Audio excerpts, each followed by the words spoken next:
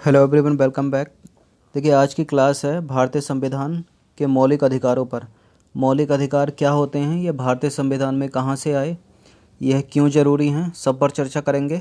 एक एक प्रश्न जितना भी इससे बनता है सब बनाएंगे। क्लास है आज 2 भारतीय संविधान की। पहली क्लास में प्रस्तावना हमने कंप्लीट किया था, मोस्ट इम्पोर्टेंट है, जिसको उद्देशिका प्रियम्बल भी बोलते हैं। और उससे जितने भी प्रश्न हैं सब बना दिए थे, उसके अलावा कोई बाहर से नहीं आएगा।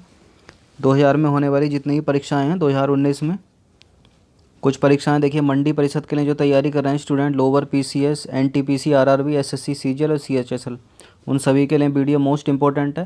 क्योंकि देखिए, एक तरह से तोड़ तोड़ के पढ़ोगे तो कुछ रहेगा, कुछ छूटेगा, कुछ रहेगा, कुछ छूटेगा। लेकिन एक बार अगर आपने सिस्टमेटिकली यहाँ पढ़ लिया मौलिक अधिकार, तो उसके बाद ये गलत नहीं होंगे। इसके बाहर से कुछ नहीं बनेगा। अच्छे से इसको रिवाइज़ कर लेना। बेल आइकन को प्रेस रखिए, चैनल को सब्सक्राइब रखिए। वीडियो पसंद आती है तो एक लाइक ज़रूर करना। चलिए स्टार्ट करते हैं। मौलिक अधिकारों को देखिए, मूल अधिकार या अंग्रेजी में फंडामेंटल राइट्स भी बोलते हैं। ये कहाँ से आए, क्यों ज़रूरी हैं, चलिए इस पर चर्चा करते हैं प्रश्नों के माध्यम से। इंपॉर्टेंट है। देखिए, वन लाइनर भी करा सकते थे, लेकिन ऑब्जेक्टिव टाइप लंबे समय तक याद रहते हैं। एक ट्रेंड सा बन गया है कि ऑब्जेक्टिव टाइप में पढ़ना, थ्योरी से पढ़ना थोड़ा ईजी रहता है थ्योरी के कंपेरिजन में। तो चलिए एक एक प्रश्न बनाकर देखते हैं, इंपॉर्टेंट है। अगर वीडियो पसंद आती है तो एक लाइक ज़रूर करना। प्लेलिस्ट का बना दिया, प्लेलिस्ट में जाकर वीडियो नंबर 1 देख लेना, क्लास नंबर 1 जो है प्रस्तावना के ऊपर। चलिए, तो फर्स्ट यहाँ पर प्रश्न है, भारतीय संविधान में मूल अधिकारों को शामिल करने के लिए किसने समर्थन किया था? सबसे पहले बताइए, किसने समर्थन किया था? सबसे पहले ये किया था नेहरू रिपोर्ट। नेहरू रिपोर्ट 1928 ने समर्थन किया था सबसे पहले कि मूल अधिकारों को या मौलिक अधिकारों को या फंडामेंटल राइट्स को अपने संविधान में हम वर्णित करेंगे। नेक्स्ट है, मौलिक अधिकार किस देश के संविधान से लिए गए हैं? मौलिक अधिकार या मूल अधिकार या फंडामेंटल राइट्स किस देश के संविधान से लिए गए हैं? तो ये अमेरिका से लिए गए हैं। कहाँ से लिए गए हैं? अमेरिका से लिए गए हैं। ब्रिटेन से भी कुछ लिया गया। क्या लिया गया? पार्लियामेंट्री सिस्टम लिया गया, जिसको संसदीय व्यवस्था बोलते हैं। ऑस्ट्रेलिया से बताइए क्या लिया गया? तो समवर्ती सूची की अवधारणा ली गई है ऑस्ट्रेलिया से। नेक्स्ट है, इंपॉर्टेंट प्रश्न है। अब बताइए, मौलिक अधिकारों की प्रकृति कैसी है? वाद योग्य, कठोर, लचीली या अवाद योग्य? तो यह है वाद योग्य। वाद का मतलब क्या होता है यहाँ पे? लिटिगेशन। वाद का मतलब क्या होता है? यहाँ पे होता है लिटिगेशन। मतलब इसका ये मतलब है कि इनको संविधान में चुनौती दी जा सकती है, न्यायालय में चुनौती दी जा सकती है। इनको मौलिक अधिकारों को न्यायालय में चुनौती दी जा सकती है। मतलब इनके खिलाफ रिट जारी किया जा सकता है या न्यायालय के आदेश पर इनको कम ज़्यादा भी किया जा सकता है। इंपॉर्टेंट है, याद रखिएगा। निम्नलिखित में से किसको मौलिक अधिकारों का संरक्षक माना जाता है? इनमें संरक्षक, या इसको कभी कभी अभिभावक भी पूछ लेते हैं घुमाकर।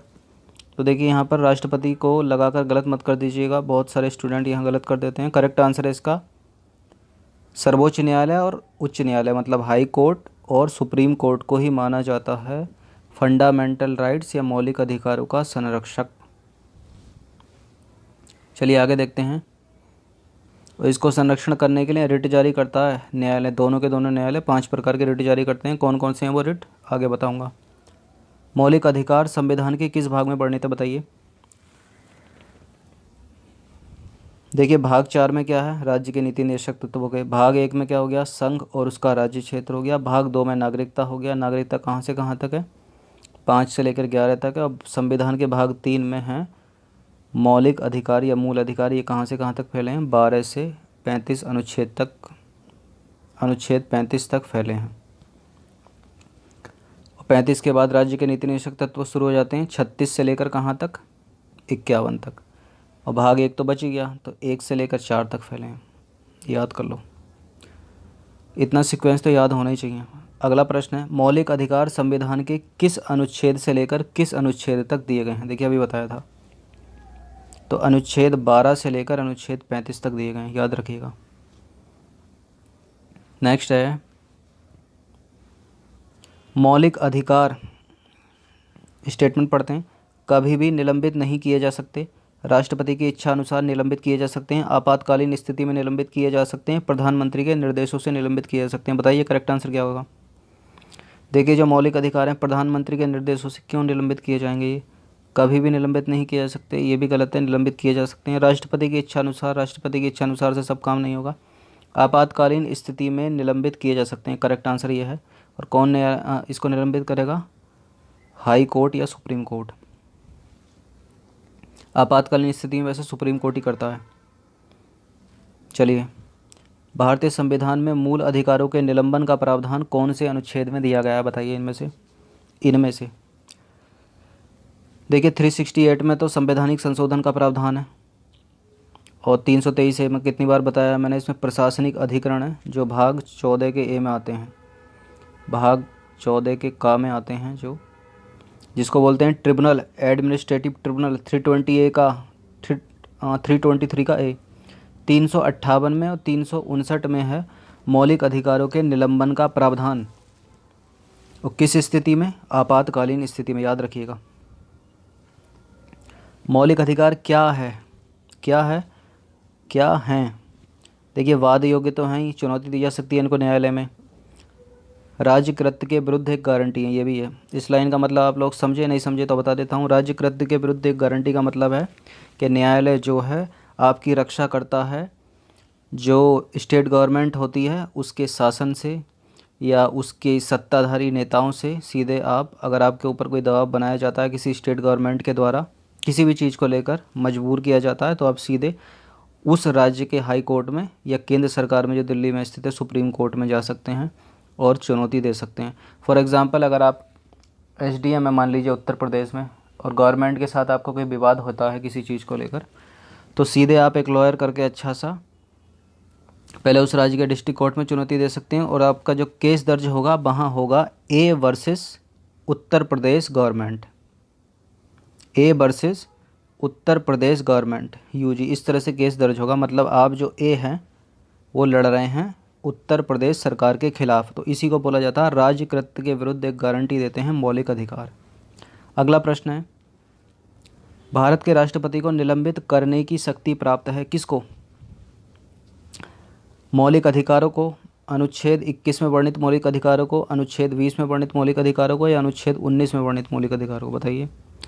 देखिए, भारत का राष्ट्रपति जो है वो अनुच्छेद 19 में वर्णित मौलिक अधिकारों को क्या कर सकता है? निलंबित कर सकता है। किसको? अनुच्छेद 19 में वर्णित मौलिक अधिकारों को। चलिए अगला देखते हैं, केवल अनुच्छेद 19 में वर्णित मौलिक अधिकारों को, और बाकी सर्वोच्च न्यायालय तो है ही, कम ज़्यादा करने के लिए। भारतीय नागरिकों के मौलिक अधिकारों का वर्णन है किस में है? बताइए। फंडामेंटल राइट्स अभी बताया था, फिर से आ गया है प्रश्न। अनुच्छेद 12 से लेकर अनुच्छेद 35 तक है, इंपॉर्टेंट है, याद रखिएगा।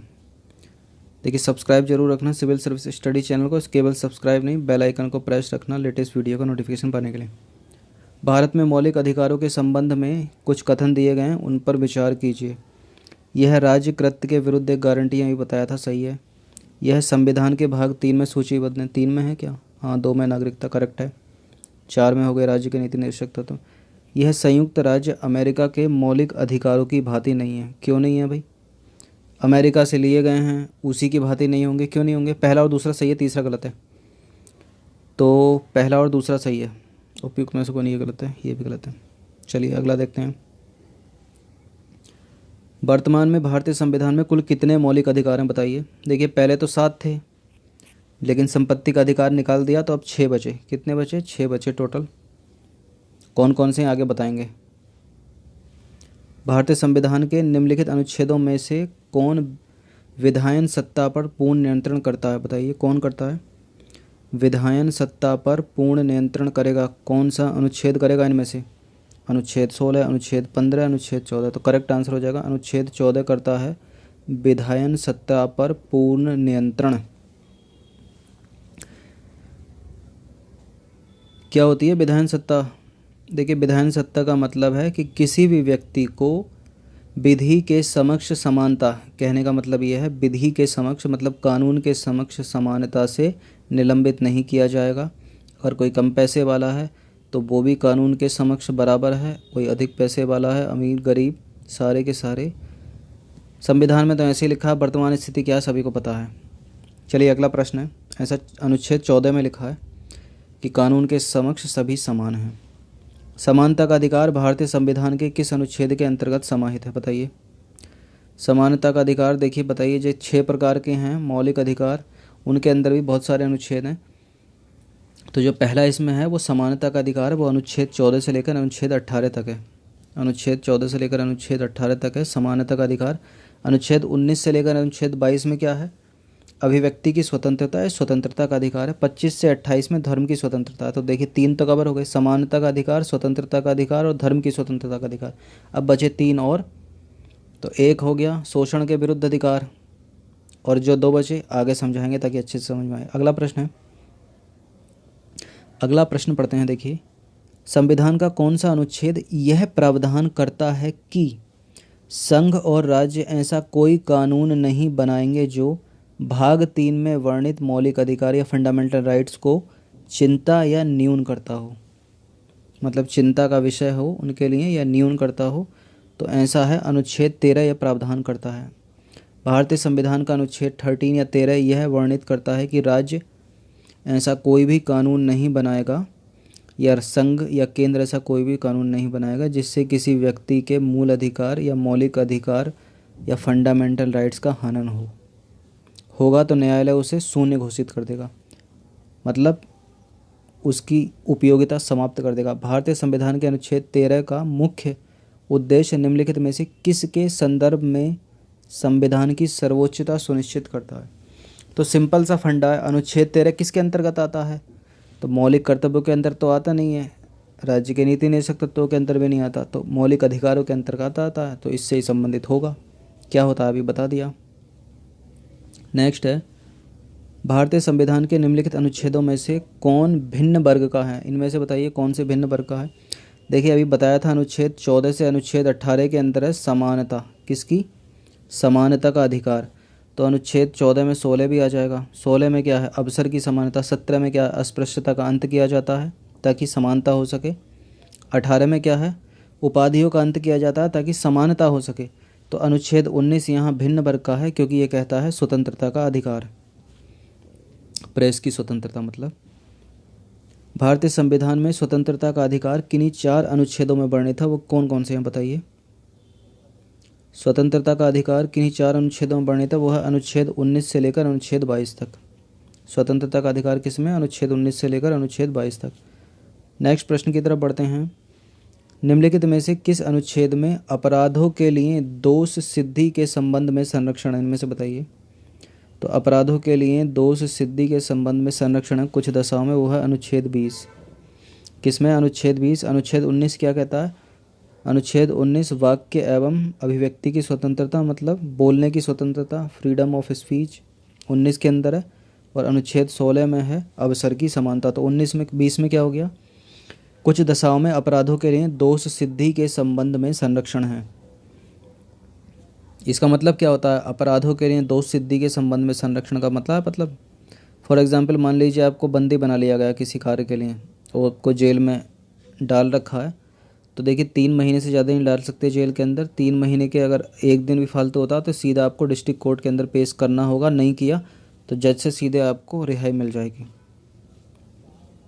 यही होता है कुछ दशाओं में दोष सिद्धि। और भी इसमें बहुत सारे प्रावधान हैं कि जैसे आपको वकील करने से वंचित नहीं किया जाएगा, अपने घर वालों से मिलने के लिए वंचित नहीं किया जाएगा, किसी अच्छे वरिष्ठ व्यक्ति से सलाह लेने से वंचित नहीं किया जाएगा। मतलब ये है कि आपको काल कोठरी के अंदर कैद कर नहीं रखा जाएगा, बिल्कुल बंदी नहीं बनाया जाएगा, पूरी तरह से आपके घर वालों से मिलने दिया जाएगा। आपको अच्छा एक वकील करने के लिए पूरे आप पात्र हैं और किसी व्यक्ति से सलाह लेने के पात्र हैं।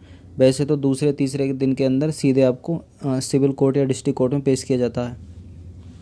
इसी को बोलते हैं अनुच्छेद 20 दोष सिद्धि से संरक्षण। अगला प्रश्न है, इनमें से किस अनुच्छेद में प्राण एवं दैहिक स्वतंत्रता का संरक्षण है, बताइए। इनमें से प्राण एवं दैहिक स्वतंत्रता किस में है, अनुच्छेद 21 में है। किसके अंदर है, अनुच्छेद 21 में है प्राण एवं दैहिक स्वतंत्रता। अगला प्रश्न है, याद रखिए इनको बहुत पूछे जाते हैं। निम्नलिखित में से किस अनुच्छेद में शिक्षा का अधिकार एक मौलिक अधिकार है। किस अनुच्छेद से शिक्षा का अधिकार एक मौलिक अधिकार बना दिया गया, ये हुआ था एक संविधान संशोधन अधिनियम हुआ था, जिसके द्वारा 2002 में एक संविधान संशोधन अधिनियम हुआ था जिससे शिक्षा का अधिकार एक मौलिक अधिकार है, तभी से वो है अनुच्छेद 21 के ए में प्रावधान किया गया। और 6 से 14 वर्ष के बच्चों के लिए निःशुल्क एवं अनिवार्य शिक्षा कर दी गई। शिक्षा का अधिकार आजकल फंडामेंटल राइट्स है 2002 से। किस अनुच्छेद में कुछ दशाओं में गिरफ्तारी और निषेध से संरक्षण प्राप्त है? तो यह है अनुच्छेद 22 में। अनुच्छेद 22 के अंदर जो है गिरफ्तारी और निषेध से संरक्षण प्राप्त है कुछ दशाओं में। इंपॉर्टेंट है, याद रखिए। अगला प्रश्न है,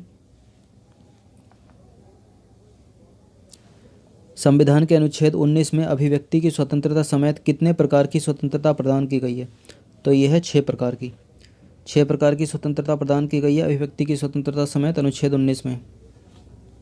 अगला प्रश्न है, देखिए, धर्म के आधार पर, मूल के आधार पर, उसके वंश के आधार पर, उसकी जाति के आधार पर, उसके लिंग के आधार पर, मतलब ये महिला हो या पुरुष हो कोई फ़र्क नहीं पड़ता, उसके जन्म स्थान के आधार पर, इन सभी के आधार पर विभेद या भेद नहीं किया जाएगा उसको, किसी व्यक्ति को या महिला को।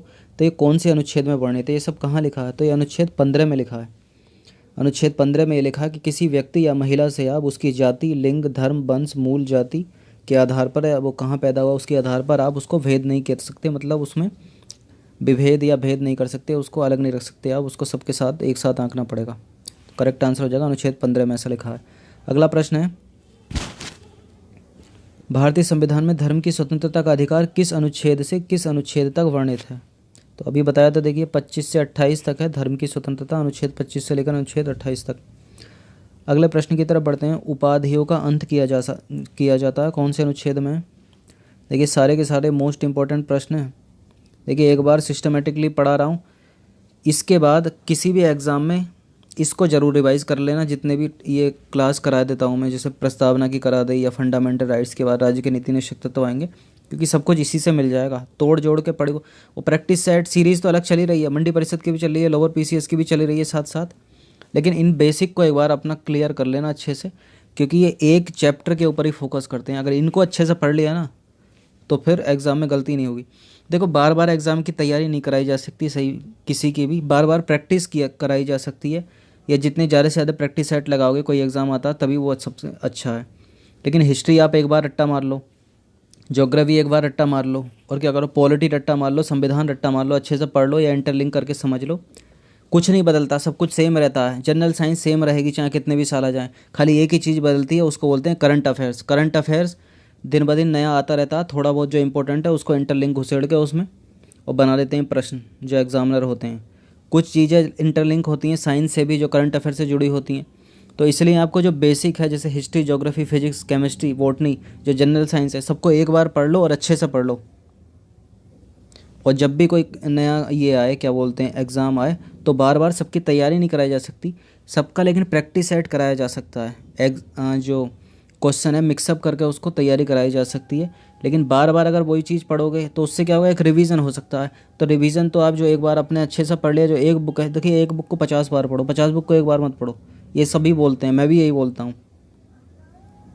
तो इसलिए क्या करना है, इसको बेसिक को ज़रूर कंप्लीट कर लेना अपना, जो भी है ये जितने भी इसकी सीरीज़ बनेगी भारतीय संविधान की, ये दूसरी क्लास चल रही है, शायद 10 क्लास में पूरा कंप्लीट हो जाए या 8 में कंप्लीट हो जाए।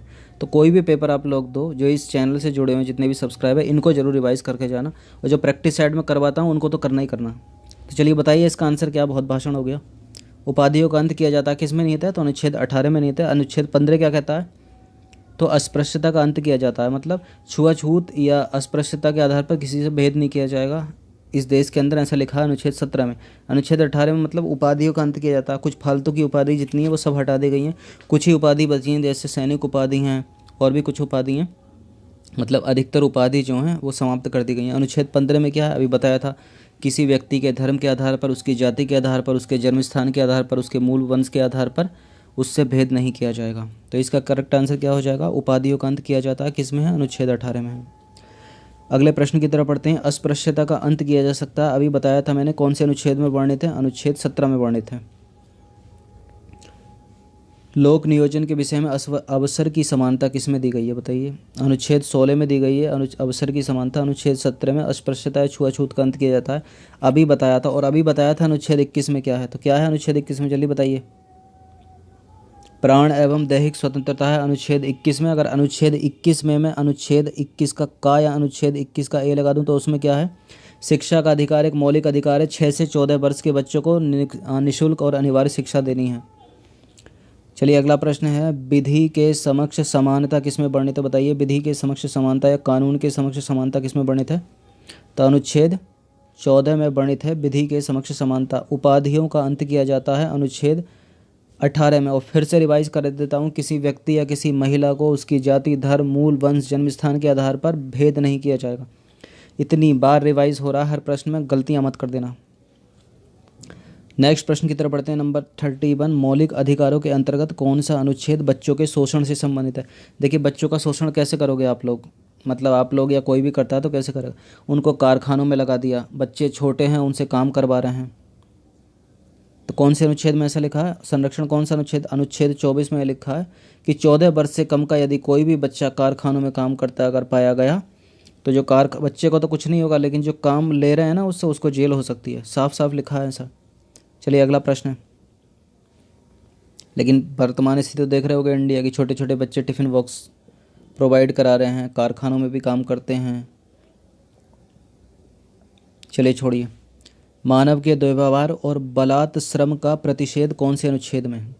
देखिए, मानव के साथ, किसी भी व्यक्ति के साथ आप दुर्व्यवहार नहीं करोगे, और बलात् श्रम मतलब उनको बेचना सब प्रतिबंध करता है बच्चों को, तो अनुच्छेद 23 करता है। ऐसा कौन सा अनुच्छेद करता है? अनुच्छेद 23 ऐसा करता है। अगला प्रश्न है, 14 वर्ष से कम आयु के बालकों को कारखाने में काम करने से रोकता है। कौन सा अनुच्छेद? अभी बताया था, अनुच्छेद 24, क्योंकि उनका होगा शोषण।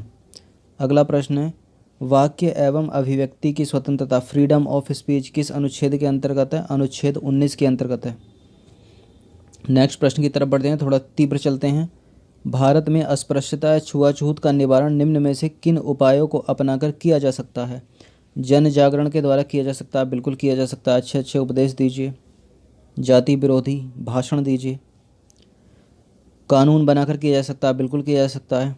शिक्षा की उन्नति द्वारा किया जा सकता है, बिल्कुल किया जा सकता है। शिक्षा, अगर कोई व्यक्ति अच्छी शिक्षा ग्रहण कर लेता है तो जो इधर उधर सामाजिक कुरीतियाँ, बाह्य आडंबर होते हैं उनको भूल जाता है, क्योंकि वो जीवन का सार तत्व समझने लगता है। तो उपयुक्त सभी इसका आंसर हो जाएगा।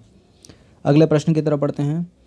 कौन सा अनुच्छेद प्रेस की स्वतंत्रता से संबंधित है, मतलब फ्रीडम ऑफ स्पीच? अनुच्छेद 19 है।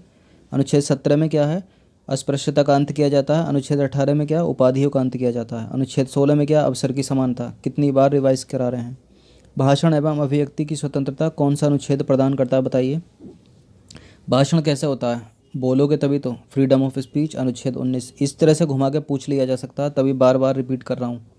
अगला प्रश्न है, विदेश जाने का अधिकार कौन से अनुच्छेद प्रदान करता है? तो अनुच्छेद 21 प्रदान करता है विदेश जाने का अधिकार। अनुच्छेद 21 में बहुत सारे अधिकार हैं, 10-15 अधिकार हैं, वो एक साथ दिए गए हैं अच्छे से, जिसमें एक है विदेश जाने का अधिकार। अगला प्रश्न है, धर्म प्रचार करने का अधिकार कौन सी स्वतंत्रता के अंतर्गत आता है? देखिए सिंपल है, धर्म प्रचार करने का अधिकार धर्म की स्वतंत्रता के अंतर्गत आएगा। अवसर की समानता में क्यों आएगा? समानता के अधिकार में क्यों आएगा? अगले प्रश्न की तरफ बढ़ते हैं। धार्मिक स्वतंत्रता के अंतर्गत इनमें से कौन सम्मिलित नहीं है? बताइए। देखिए, धर्म प्रचार कर कौन सम्मिलित है पूछ रहा है। धर्म प्रचार करने का अधिकार, सिखों को कृपाण रखने का अधिकार, राज्यों को समाज सुधारक विधि निर्माण करने का अधिकार। तो देखिए, धर्म प्रचार करने का भी अधिकार हो गया धर्म की स्वतंत्रता में। सिख कृपाण भी रख सकते हैं, और क्या कर सकते हैं? राज्यों को समाज सुधारक विधि बनाने या कानून बनाने का भी अधिकार है। तो कौन से कथन इसमें सत्य हो गए? तो भैया सभी इसमें सत्य हो गए। पहला भी सत्य हो गया, दूसरा भी सत्य होगा, तीसरा भी सत्य होगा, तो डी इसका आंसर हो गया। अगला प्रश्न है, धार्मिक कार्यों के प्रबंधन की स्वतंत्रता किस अनुच्छेद में है? पहले तो ये समझ लो धार्मिक स्वतंत्रता किस में, तो अनुच्छेद 25 से लेकर अनुच्छेद 28 में।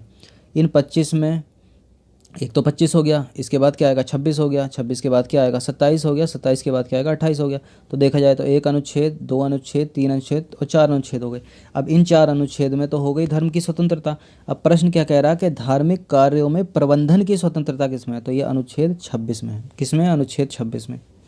अगला प्रश्न है, अल्पसंख्यक वर्गों के हितों का संरक्षण किस अनुच्छेद में दिया गया? बताइए। तो अल्पसंख्यक वर्गों के हितों का संरक्षण जो दिया गया है, ये दिया गया अनुच्छेद 29 में। अगला प्रश्न है, शिक्षा संस्थानों की स्थापना करना और उनका प्रशासन करने का अल्पसंख्यक लोगों का या वर्गों का अधिकार है, किस में वर्णित है ये? तो देखिए, अनुच्छेद 19 में तो फ्रीडम ऑफ स्पीच हो गया, प्रेस की स्वतंत्रता, तो ये है अनुच्छेद 23 में, सॉरी 30 में है अनुच्छेद 30 में है। शिक्षा संस्थानों की स्थापना कर सकते हैं और उनका प्रशासन कर सकते हैं अल्पसंख्यक वर्गों के लोग। चलिए अगला प्रश्न की तरफ बढ़ते हैं। संपत्ति का अधिकार अब मौलिक अधिकार नहीं रहा। यह कौन से संविधान संशोधन के द्वारा मौलिक अधिकारों से हटा दिया गया? तो देखिए यहाँ पर 42वां संविधान संशोधन लगाकर गलत मत कर दीजिएगा, क्योंकि ये है 44वां संविधान संशोधन अधिनियम 1978 के द्वारा क्या किया गया? संपत्ति के अधिकार को मौलिक अधिकार की सूची से बाहर निकालकर इसको बना दिया गया लीगल राइट या विधिक अधिकार या कानूनी अधिकार। अब ये कहाँ पड़ा है? अनुच्छेद 300 के काम में पड़ा है, 300A में पड़ा है मतलब। अगला प्रश्न देखिए, अगला संपत्ति का अधिकार किस अनुच्छेद में? और ये मोस्ट इंपॉर्टेंट प्रश्न है, मोस्ट हर एग्जाम का फेवरेट, सब में पूछा भी जाता। अनुच्छेद 300 के ए में है। संपत्ति का अधिकार किस प्रकार का अधिकार है? इंपॉर्टेंट है, यूपीएससी तक में पूछा हुआ। संपत्ति का अधिकार और मत देने का अधिकार, it is a legal right, यह है एक विधिक अधिकार है। अगला प्रश्न है, मौलिक अधिकारों का संरक्षक कौन है बताइए? मुख्यमंत्री साहब कहाँ से हो गए मौलिक अधिकारों के संरक्षक? प्रधानमंत्री साहब भी नहीं होंगे, ये होंगे न्यायपालिका। न्यायपालिका मतलब हाई कोर्ट भी होगा, सुप्रीम कोर्ट भी होगा। अगर आप बोलते हैं डिस्ट्रिक्ट कोर्ट, तो डिस्ट्रिक्ट कोर्ट नहीं है। अगला प्रश्न है, निम्नलिखित में से किस को नागरिकों के मौलिक अधिकारों का रक्षक, देखिए हाईलाइट करा, मौलिक अधिकारों का रक्षक और भारत के संविधान का अभिभावक माना जाता है?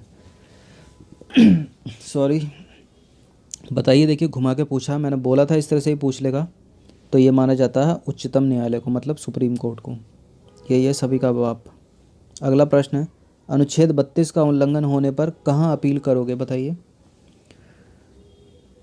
फंडामेंटल राइट्स में आर्टिकल 32 का अगर उल्लंघन होगा तो कहाँ जाइएगा? तो जाइएगा सुप्रीम कोर्ट के अंदर। कहाँ जाइएगा? सुप्रीम कोर्ट के अंदर। और 226 का अनुच्छेद का अगर उल्लंघन होगा तब कहाँ जाओगे? तब जाइएगा हाई कोर्ट में। याद रखिए, इसको पूछ लेता है। अगला प्रश्न है, निम्नलिखित में से किस एक अधिकार को डॉक्टर भीमराव अंबेडकर द्वारा, देखिए बोला था मैंने लास्ट प्रस्तावना में इस तरह का प्रश्न बना था, यहाँ 2 हाईलाइट करें कि संविधान की आत्मा किसको कहा जाता है और किसके अनुसार? डॉक्टर भीमराव अंबेडकर के अनुसार। देखिए सिंपल आया, संविधान की आत्मा किसको कहा जाता है? तो प्रस्तावना को कहा जाता है। आप मारोगे, बताया था मैंने पहले। यहाँ संविधान भीमराव अंबेडकर के अनुसार किसको कहा जाता है? तो ये कहा जाता है अनुच्छेद 32 को। किसको कहा जाता है? अनुच्छेद 32 मतलब संवैधानिक उपचार का अधिकार। इसी का उल्लंघन होगा तब जाइएगा सुप्रीम कोर्ट में। अल्पसंख्यकों की भाषा का संरक्षण किस अनुच्छेद में दिया गया है बताइए? अल्पसंख्यकों की भाषा का संरक्षण दिया गया है अनुच्छेद 29 में। किस में? अनुच्छेद 29 में। अनुच्छेद 21 के ए में क्या बताया था? शिक्षा का अधिकार एक फंडामेंटल राइट्स हो गया है। कब से? 2002 से। उपाधियों का अंत किया जाता है अनुच्छेद 18 में लिखा है। अगला प्रश्न है, किस बाद में संसद को मौलिक अधिकारों में संशोधन का अधिकार दिया गया?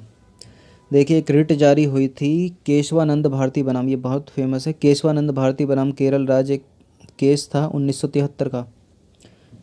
इसमें देखिए प्रस्तावना में क्या किया गया था वो तो मैंने लास्ट वीडियो में आपको बता दिया था। अब इसने देखिए फंडामेंटल राइट्स के लिए भी कुछ किया था। फंडामेंटल राइट्स के लिए इसने ये किया था कि सुप्रीम कोर्ट में इसने जो याचिका डाली थी, तो सुप्रीम कोर्ट में जो इसका केस चला था, फिर क्या हुआ, सुप्रीम कोर्ट ने जो इस पर निर्णय दिया फंडामेंटल राइट्स के ऊपर या मौलिक अधिकारों या मूल अधिकारों के ऊपर, कि मौलिक अधिकारों में जो संसद है ना, भारत की संसद, वो भी संशोधन कर सकती है। इसने ये निर्णय दे दिया उस समय सुप्रीम कोर्ट ने। लेकिन जो उसका मूल ढांचा है, मतलब हमारे जो फंडामेंटल राइट्स हैं, जो उसमें जो मूल जो पॉइंट हैं, उन पॉइंटों में छेड़छाड़ नहीं करोगे तुम, और बहुत माइनर तुम संशोधन कर सकते हो, ये नहीं कि तुम पूरा तिगड़म उसका टेढ़ा मेढ़ा कर दोगे। तो यही इन्होंने दिया था। तो किस बाद में संसद को मौलिक अधिकारों में संशोधन करने की शक्ति दी गई? तो केशवानंद भारती बनाम केरल राज्य 1973। शोषण के विरुद्ध अधिकार संविधान में कहाँ तक वर्णित है बताइए? शोषण के विरुद्ध अधिकार, देखिए अनुच्छेद 14 से 18 में क्या है? समानता का अधिकार। 23-24 में क्या है? शोषण के विरुद्ध अधिकार है। इसमें 25 से 28 में धर्म की स्वतंत्रता भी बताया था। तो आंसर बता देता हूँ इसका क्या हो जाएगा। शोषण के विरुद्ध अधिकार अनुच्छेद 23 और 24 में है।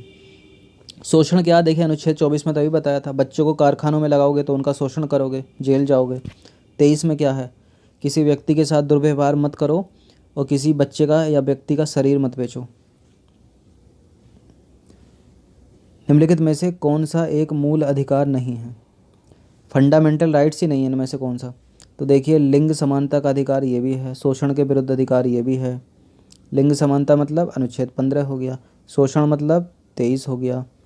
किसी देश के किसी भी भाग में बसने का अधिकार, ये 21 के अनुच्छेद के अंतर्गत जो है उसमें आता है। यहाँ सूचना का अधिकार नहीं है, क्योंकि सूचना का अधिकार तो एक लीगल राइट हो गया, ये 300 के काम में पहुँचा दिया ना आप तो यही मारोगे, बी सही हो जाएगा इसका। अगला प्रश्न है, संविधान के अंतर्गत निम्नलिखित अधिकारों में से कौन एक अधिकार भारतीय नागरिकों को और विदेशी नागरिकों को दोनों को प्राप्त है? देखिए 3 हाईलाइट करें, मतलब इनमें से कौन सा ऐसा अधिकार है जो नागरिक लोग हैं, मतलब हमको भी प्राप्त है, मेरे को भी प्राप्त है, आप लोग जितने वीडियो देख रहे हैं उनको भी प्राप्त है, और अगर ये वीडियो कोई फॉरेनर देख रहा है उसको भी प्राप्त है।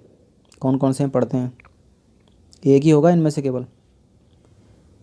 तो स्वतंत्रता का अधिकार मतलब अनुच्छेद 19, सांस्कृतिक और शैक्षिक अधिकार, भेदभाव के विरुद्ध अधिकार, या विधि के समान संरक्षण का अधिकार। तो देखिए दोनों को, जिनमें से भारतीय नागरिकों को विदेशियों को दोनों को जो प्राप्त है ना, वो केवल इसमें डी है। स्वतंत्रता का अधिकार नहीं है विदेशियों के पास, भेदभाव के विरुद्ध भी नहीं है पूरा, सांस्कृतिक एवं शैक्षणिक अधिकार भी नहीं है उनके पास, लेकिन जो विधिक अधिकार है उनके पास, कानून उनके लिए भी समान है। अगर उनको मारोगे पीटोगे तो जेल आपको हो सकती है। अगला प्रश्न है, भारत में रहने वाले ब्रिटिश नागरिक दावा नहीं कर सकते। ध्यान से सुनिएगा, भारत में रहने वाले ब्रिटिश नागरिक दावा नहीं कर सकते, किसी एक चीज़ का नहीं कर सकते इनमें। धर्म की स्वतंत्रता के अधिकार का कर सकते हैं, विधि के समक्ष समानता उनको भी है, जीवन और व्यक्तिगत स्वतंत्रता सुरक्षा उनकी भी हो सकती है, व्यापार और व्यवसाय की स्वतंत्रता का वो लोग दावा नहीं कर सकते यहाँ पर। अगला प्रश्न है, किन्हें सर्वोच्च न्यायालय ने मौलिक अधिकारों के रूप में मान्यता दी है इनमें से? देखिए विदेश यात्रा का अधिकार भी फंडामेंटल राइट्स है, अनुच्छेद 21 में वर्णित है। आवास का अधिकार भी, समान कार्य के लिए समान वेतन का अधिकार भी, उपयुक्त सभी। अगला प्रश्न है, कौन सा अधिकार विदेशी नागरिकों को प्राप्त नहीं है? प्राण एवं दैहिक स्वतंत्रता का अधिकार, शोषण के विरुद्ध अधिकार, विधि के समक्ष समानता का अधिकार, अभिव्यक्ति की स्वतंत्रता का अधिकार। बताइए। देखिए प्राण एवं दैहिक स्वतंत्रता का अधिकार भी है उनको, शोषण के विरुद्ध अधिकार भी, उनका शोषण नहीं कर सकते आप लोग। विधि के समक्ष समानता का भी उनको अधिकार है, कानून के समान वो भी हैं। अभिव्यक्ति की स्वतंत्रता, अभिव्यक्ति की स्वतंत्रता उनके पास नहीं है, अभिव्यक्ति की स्वतंत्रता उनके पास नहीं है, मतलब अनुच्छेद 19 में जो जितने भी अधिकार वर्णित है उनके पास नहीं है, तो डी इसका हो जाएगा। याद रखिए इसको, बहुत पूछते हैं घुमा फिरा कर कि कौन सा भारतीय नागरिकों के पास है, कौन सा विदेशी नागरिकों के पास है या नहीं है। भारत में रह रहे विदेशी नागरिकों को प्राप्त नहीं है। देखिए इतनी बार रिवाइज किया है, करवाया, कम से कम गलत मत कर दीजिए। देखिए चुनाव लड़ने का अधिकार नहीं है उनके पास, देश भर में स्वतंत्र भ्रमण वो नहीं कर सकते, वीज़ा ख़त्म हो जाएगा तो भगा उनको पोर्ट कर देते हैं, डिपोर्ट जिसको बोलते हैं। और क्या है, भेदभाव के विरुद्ध अधिकार, भेदभाव के विरुद्ध अधिकार भी उनके पास पूरा 100% नहीं है, तो उपयुक्त सभी इसका आंसर हो जाएगा कि इनमें से भारत में रह रहे जो विदेशी नागरिक हैं इनमें से उनको कोई भी अधिकार प्राप्त नहीं है। अगला प्रश्न है, भारतीय संविधान के द्वारा प्रदत्त निम्न में से कौन सा से गैर नागरिकों को भी उपलब्ध है, मतलब विदेशियों को भी उपलब्ध है इनमें से? चलिए एक एक करके पढ़ते हैं। संपत्ति अर्जित करने का अधिकार है क्या उनको? देश के किसी भाग में घूमने एवं बसने की स्वतंत्रता है क्या उनको? अभिव्यक्ति की स्वतंत्रता है क्या उसको? संवैधानिक निराकरण का अधिकार है क्या उनको? देखिए संपत्ति अर्जित करने का भी अधिकार नहीं है उनके पास, देश के किसी भाग में घूमने फिरने का अधिकार नहीं है उनके पास, अगर वीज़ा ख़त्म हो जाएगा तो डिपोर्ट कर दिया जाएगा। अभिव्यक्ति की स्वतंत्रता भी नहीं है उनके पास, मतलब अनुच्छेद 19 भी नहीं है उनके पास। संवैधानिक निराकरण 32 है उनके पास। लेकिन अगला प्रश्न है, उनके फंडामेंटल राइट्स का आप हनन नहीं कर सकते, मतलब अगर कोई फॉरेनर घूम रहा है बाज़ार में, आपने उसको चिपका दिया बिना मतलब के गाल पे, तो क्या करेगा, वो भी सुप्रीम कोर्ट जा सकता है। चलिए अगला देखते हैं, यह न्यायालय में जा सकता है। किस संविधान संशोधन के द्वारा शिक्षा का अधिकार मौलिक अधिकार हो गया है? इम्पोर्टेंट है और ये मोस्ट इम्पोर्टेंट है। तो 86वां संविधान संशोधन अधिनियम कब हुआ था? सन 2002 में। 86वां संविधान संशोधन अधिनियम 2002 ये कहता है कि 6 से 14 वर्ष के बच्चों को निःशुल्क एवं अनिवार्य शिक्षा प्रदान करना एक फंडामेंटल राइट्स बन गया है आजकल। चलिए, 86वां संविधान संशोधन अधिनियम 2002 किसको मान्यता देता है? तो देखिए, गलतियां मत कर देना। 6 से 18 वर्ष के बच्चों को गलत, 6 से 14 वर्ष के बच्चों को करेक्ट, आगे पढ़ने की ज़रूरत नहीं है। 5 वर्ष 4 वर्ष नहीं। अगला प्रश्न है, भारतीय संविधान मान्यता देता है केवल धार्मिक अल्पसंख्यकों को, केवल भाषाई अल्पसंख्यकों को, धार्मिक और भाषाई अल्पसंख्यकों को, दोनों को, किसी को भी नहीं? गलत। तो देखिए, भारत का जो संविधान है, इंडियन कॉन्स्टिट्यूशन ऑफ इंडिया, यह मान्यता देता है भाषाई अल्पसंख्यकों को भी और धार्मिक अल्पसंख्यकों को, दोनों को। चलिए, अगला प्रश्न है, किसी बंदी बनाए गए व्यक्ति के मौलिक अधिकारों की रक्षा कौन सा अनुच्छेद करता है? बताइए, कौन सा अनुच्छेद करता है किसी बंदी बनाए गए व्यक्ति के मौलिक अधिकारों की रक्षा? अनुच्छेद 17 में तो अस्पृश्यता मतलब छुआछूत का अंत किया जाता है। अनुच्छेद 15 में क्या है? किसी व्यक्ति या महिला को उसके धर्म, मूल, जाति, वंश, लिंग, जन्म स्थान के आधार पर भेद नहीं किया जाएगा। अब बचा हमारा अनुच्छेद 22 और अनुच्छेद 21। इसी में से ही एक आंसर है, किसी बंदी बनाए गए व्यक्ति के मौलिक अधिकारों की रक्षा कौन सा अनुच्छेद करता है? तो अनुच्छेद 21 करता है। अगला प्रश्न है, न्यायालय व्यक्तियों की रक्षा करने के लिए क्या जारी करता है? मतलब भारत के नागरिकों की रक्षा करने के लिए क्या जारी करेगा? आधार कार्ड न्यायालय कहाँ निकालता है? चुनाव चिन्ह तो चुनाव आयोग निकालता, तो रिट जारी करता है। क्या जारी करता है? रिट जारी करता है न्यायालय। कौन सा न्यायालय? हाई कोर्ट भी जारी करता है और सुप्रीम कोर्ट, दोनों के दोनों। देखिए, यहाँ पर कुछ नोट है, जल्दी से इसको पढ़ लेते हैं। देखिए, भारतीय संविधान के अनुच्छेद 32 के अंतर्गत सर्वोच्च न्यायालय और अनुच्छेद 226 के अंतर्गत उच्च न्यायालय निम्नलिखित 5 प्रकार के रिट जारी करते हैं जिनसे मौलिक अधिकारों का संरक्षण होता है आप लोगों के। वो रिट हैं, पहला है बंदी प्रत्यक्षीकरण, दूसरा है परमादेश, तीसरा है प्रतिषेध, चौथा है उत्प्रेषण, पांचवा है अधिकार प्रक्षय। बंदी प्रत्यक्षीकरण का पता है क्या मतलब है? फॉर एग्जांपल, आपको जेल में डाल दिया पकड़ के किसी जुर्म में। अब जेल में डाल रखा, काल कोठरी के अंदर बंद कर रखा है, किसी से मिलने नहीं दे रहे, तो न्यायालय एक रिट जारी करता है। मान लीजिए आपको जेल में डाल दिया, आपके घर वालों को पता चल गया, तो आपके घर वाले क्या करेंगे? सीधे एक लॉयर करेंगे और सीधे डिस्ट्रिक्ट कोर्ट में जाएंगे। डिस्ट्रिक्ट कोर्ट सीधा जाएगा पुलिस स्टेशन के पास, मतलब अपने या तो लिखित में भेजेगा या सीधे अपने जासूस नहीं, मतलब आदमी किसी को भी भेज के, या सीधे रिपोर्ट भिजवाएगा उस कोतवाली में या पुलिस स्टेशन में कि जिसको अभी आपने बंदी बनाया, एक दिन के अंदर मेरे सामने पेश करो, किसको बंदी बनाया, क्या उसका जुर्म है, क्या आपने फंसाया तो नहीं उसको, कि बिना बात के बंदी तो नहीं बना लिया है। तो ये सारी चीज़ें न्यायालय देखता है। तो इसी को बोलते हैं बंदी प्रत्यक्षीकरण, मतलब बंदी बनाए गए व्यक्ति को न्यायालय के समक्ष पेश करो। अगर देखिए किसी व्यक्ति को जेल भी हो जाती है तब भी न्यायालय उसकी पेशी करवाता है हर 15 दिन में, 1 महीने में, कि जेल वालों ने वहाँ उसको मार तो नहीं दिया, कुछ नुकसान तो नहीं पहुँचा दिया। तो ये सब चीज़ें करता रहता है न्यायालय। और परमादेश भी करता है, अधिकार प्रक्षा भी। अधिकार प्रक्षा मतलब, अधिकार प्रक्षा ऐसा रिट है जो उनके लिए जारी किया जाता है जो अपने अधिकार में ना होते भी उस काम को करते हैं और अपने अधिकार में उस काम को लाना चाहते हैं। उनको अपन न्यायालय, नीचे वाले न्यायालय को बोलता है कि आप इस काम को नहीं कर सकते, ये काम आपसे हटा दिया जाता है। चलिए, 5 प्रकार के रिट हैं, याद रखना। अगला प्रश्न है, PIL किसका संरक्षण करता है? तो PIL देखिए जो है नागरिकों के मौलिक कर्तव्यों का तो नहीं करेगा, भोजन आपूर्ति का भी नहीं करेगा, विदेश यात्रा का नहीं करेगा, ये करता है नागरिकों के मौलिक अधिकारों का। PIL का मतलब है पब्लिक इंटरेस्ट लिटिगेशन। अगला प्रश्न है, जब भारतीय न्याय व्यवस्था में PIL आया उस समय भारत के मुख्य न्यायाधीश कौन थे? देखिए इंपॉर्टेंट है, UPSC में इस बार, UP PCS में पूछा था, Uttar Pradesh public service commission में। देखिए वो थे जस्टिस PN भगवती। कौन थे जस्टिस PN भगवती? तो मैंने इसका लिंक कराया था, इसका जस्टिस PN भगवती का PIL से ये कर लो, क्या बोलते हैं, लिंक कर लो। PN मतलब इसका PN भगवती, जस्टिस का P, इससे इंटरलिंक करके याद कर लो तो कभी गलतियाँ नहीं होगी। लास्ट प्रश्न है, अगला प्रश्न है, चले भाई, कंप्लीट हो चुके हैं इम्पोर्टेंट सारे के सारे प्रश्न। 68 थे। इसके अलावा नहीं बनेगा कोई भी प्रश्न।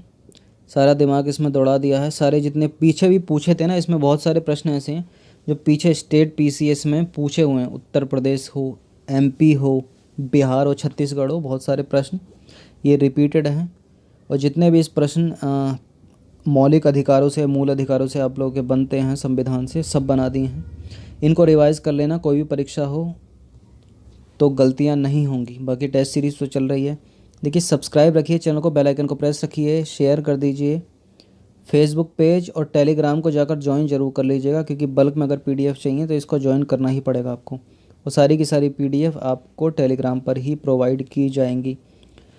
जिन छात्रों को भी UPPSC, UKPSC, MPPSC, SSC, CGL, CPO, bank, railway और जितने भी अदर कॉम्पिटिटिव एग्ज़ाम की तैयारी करनी है तो इस चैनल से जुड़ सकते हैं और यहाँ की वीडियो का लाभ उठा सकते हैं। तो चलिए, धन्यवाद। फिर मिलेंगे एक नई वीडियो के साथ। अगर ये वीडियो पसंद आती है तो एक लाइक ज़रूर करना।